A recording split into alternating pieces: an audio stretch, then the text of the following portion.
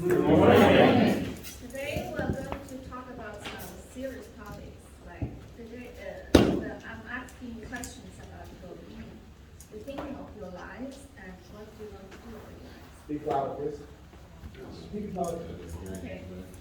So the first question: are you more worried about doing things right or doing the right things? Distinguished Toastmaster Blake Smith. Right. Why doesn't Blake? Am I more worried about doing things right or doing the right thing? Yes. It's uncanny that you would bring that up because that's a topic of discussion around many a campfire here lately. Are we doing things right? Or is it important to do the right thing? Look at Ukraine. Is it right to send them money like we are? $52 billion, I think? Or are we doing the right thing by sending them money? Are we doing the right thing by helping them out? Are we doing the right thing by letting Tim Linger stand in as president? I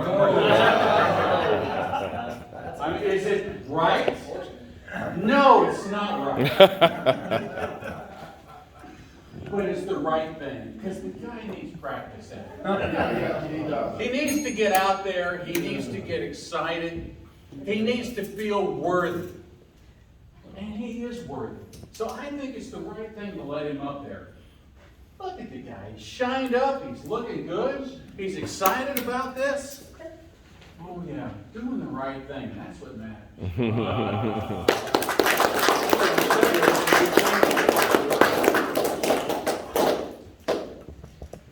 Have you ever regretted something you did not say or do? Toastmaster Tim Linger.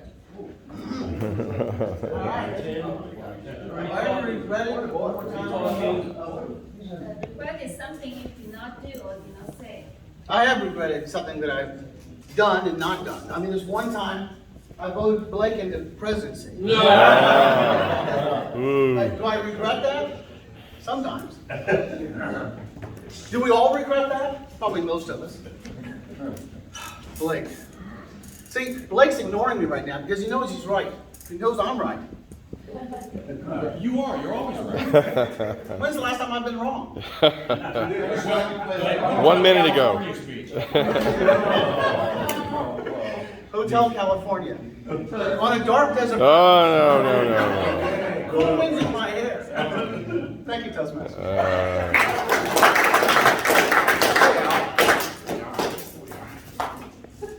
Is it more important to laugh or be loved? Toastmaster Ali Richards. Who's on the program? She's just, try and get the one. So Sam, but he has no shame. Toastmaster Lillian Caterman. Thank you for the table topic. Good morning, Toastmasters. I think it is very important to laugh. Laugh makes you young. So put everybody smile. Your wrinkle is reduced. Laugh more. To be laughed, don't care. Who want to laugh to be laughed? You can't stop somebody laugh at you. You can't stop somebody bad behavior. I try so hard to stop somebody to be a villain, or try to stop somebody to be a thief. It's hard. Just be yourself. Laugh more to be young. Thank you.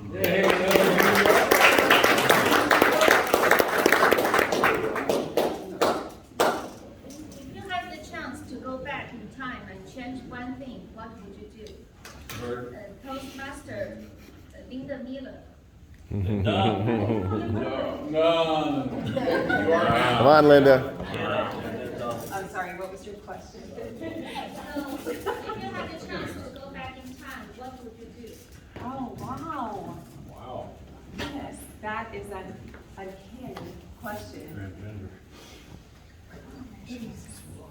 If I could go back in time and do anything I wanted to do, honestly, I always say to my husband, if I could do it all over again, I think I would just want to be who I am.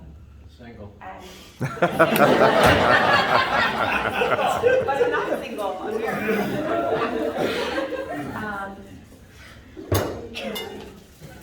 Yes, to just live your life over again, to not relive the same mistakes and to enhance on those mistakes and make your life even greater. That would be an opportunity that I would take all day long. And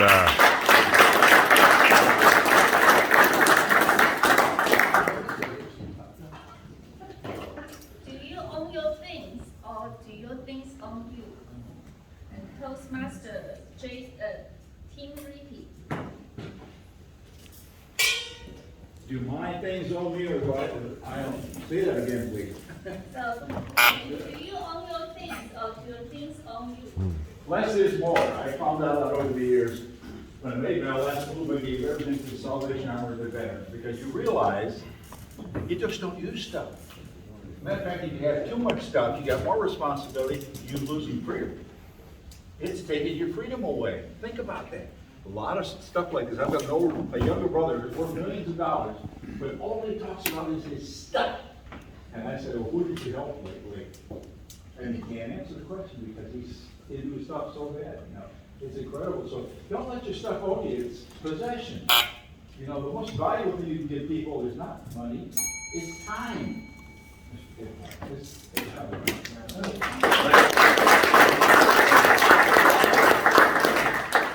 please place the camera if you want to be filmed. Thank you. He wanted his best side. Yeah. If your life was a novel, what would be the title and how would your story end? Toastmaster J. Shah. Hey. Welcome back.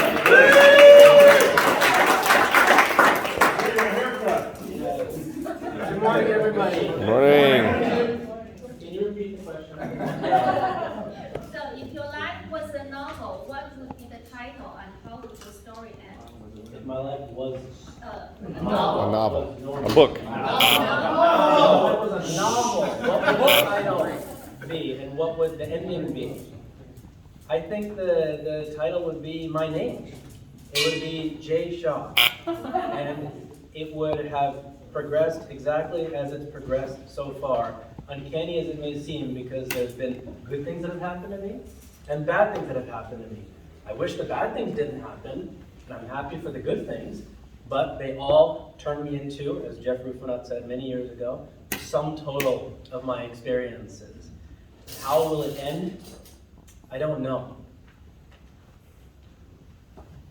Maybe every word, every minute is the end of my life as it's been, and it continues going, going, going, going.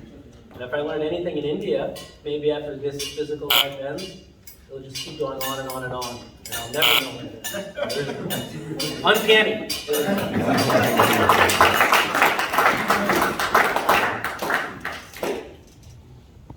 If you could take a single photograph of your life, what would it look like? Toastmaster Daniel Wallace.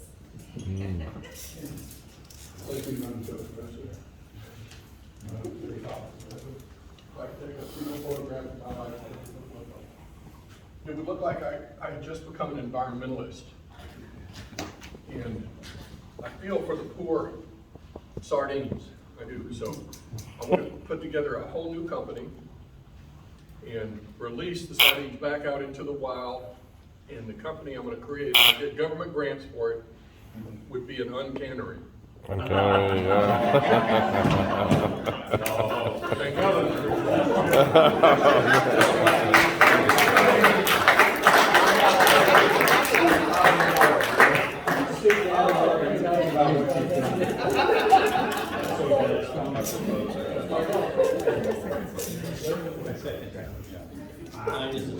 What is the most spontaneous thing you've ever done? Toastmaster Benjamin Urrutia.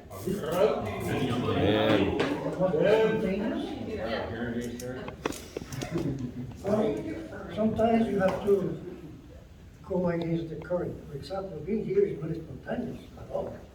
But this is a way that we supposed to improve our speaking abilities. One of the things I have found out when I come here is that it helps me release my tensions and let go of my adrenaline. So those are good byproducts of coming to this club and answering technical topics. And this is something very uncanny, because you have to use the word for the day, uncanny. Even though it is not something mysterious, but at least that helps you set the food for the day that you have accomplished something well.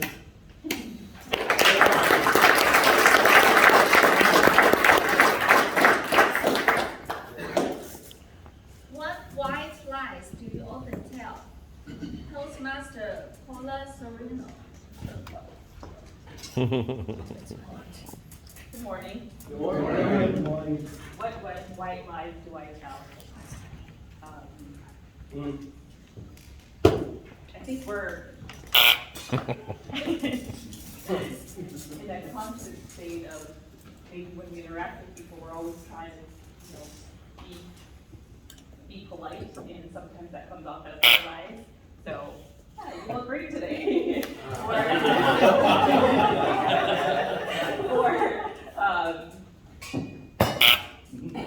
Yeah, just whenever you're interacting with people, I think we don't sometimes know what we're saying, like this right now. We constantly just open our mouths and talk, like I'm talking right now, so. Those are the white lies.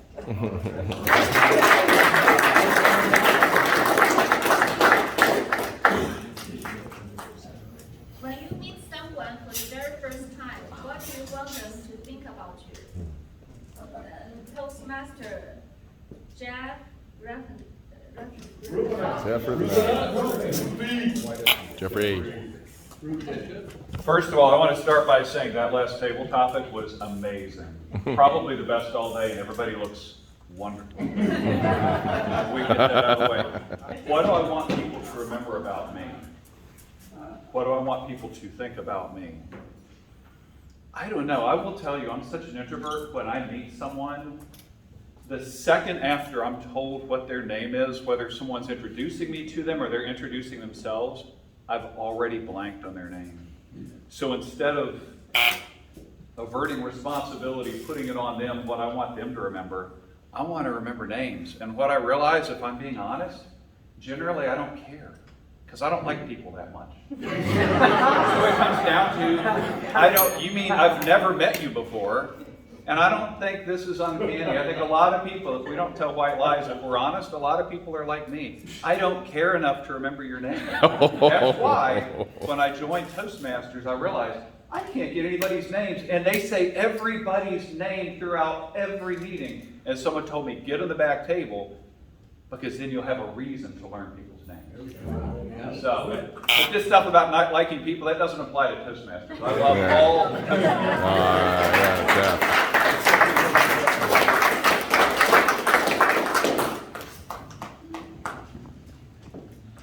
What is one opportunity to believe you missed out when you were younger? Toastmaster Camilo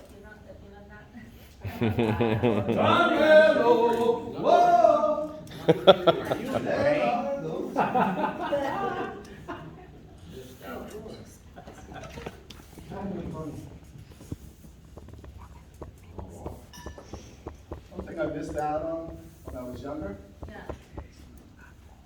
that was tabletop Toastmasters.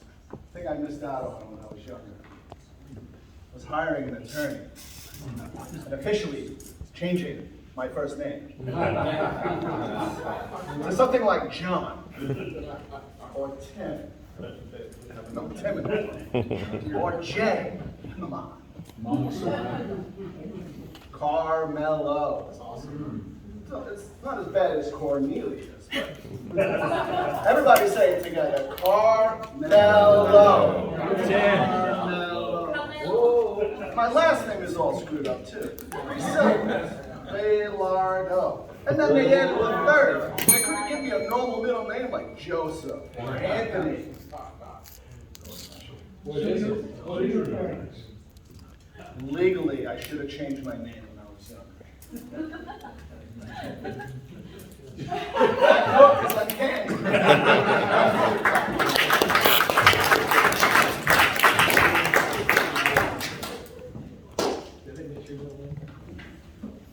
What do you sometimes pretend you understand that you really don't? Toastmaster Carlos Danitag.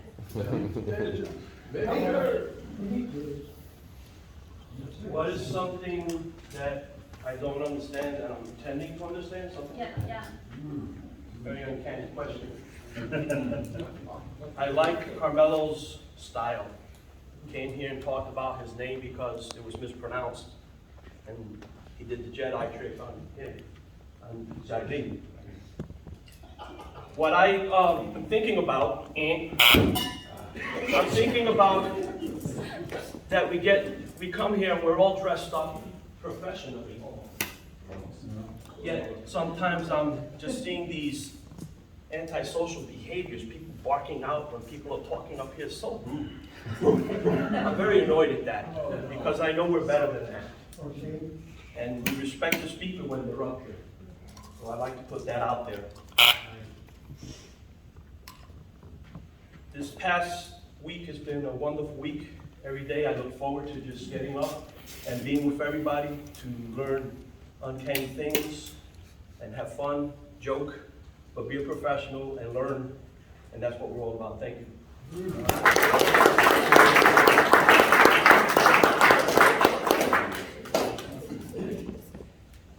What is a quick decision you once made that changed your life?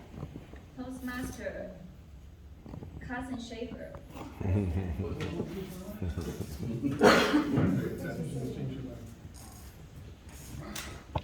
I do solemnly swear to uphold the Constitution of the United States against all enemies, foreign and domestic. A friend of mine, I didn't know what I was going to do. I went to college, and they sent a letter home to my parents, who both graduated from Ohio University, saying, "Don't come back."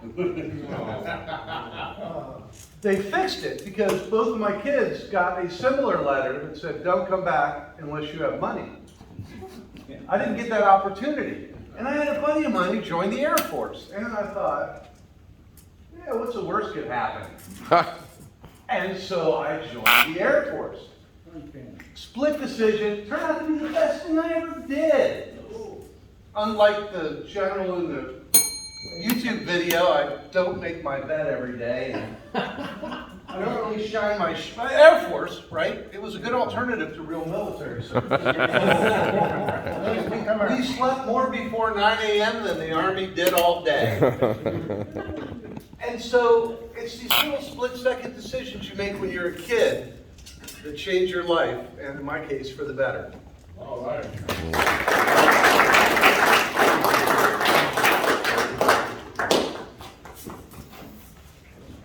What was the last thing that made you laugh out loud?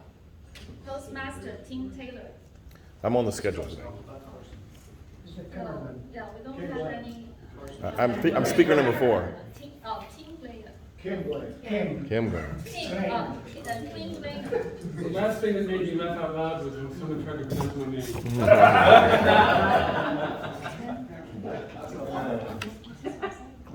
However, I didn't know until this morning that Jeff was a misanthrope. Grammarian, look that up. Now, the reason I wasn't here last week is because I was in Iowa. Now, why would anyone go to Iowa? A relative's wedding. Uh-oh. But while we were in Iowa, we went to the birthplace of Marion Morrison. You know who Marion Morrison was? John Wayne. His birthplace is in Winterset, Iowa. I had no idea, but we toured his house, we saw everything, and I had to go back and do it all again. I would. It was quite interesting. It was an uncanny experience to be there, seeing Marion Morrison's house and museum with a snippet of all his movies, which all had a very interesting life lesson in each of his movies. Thank you.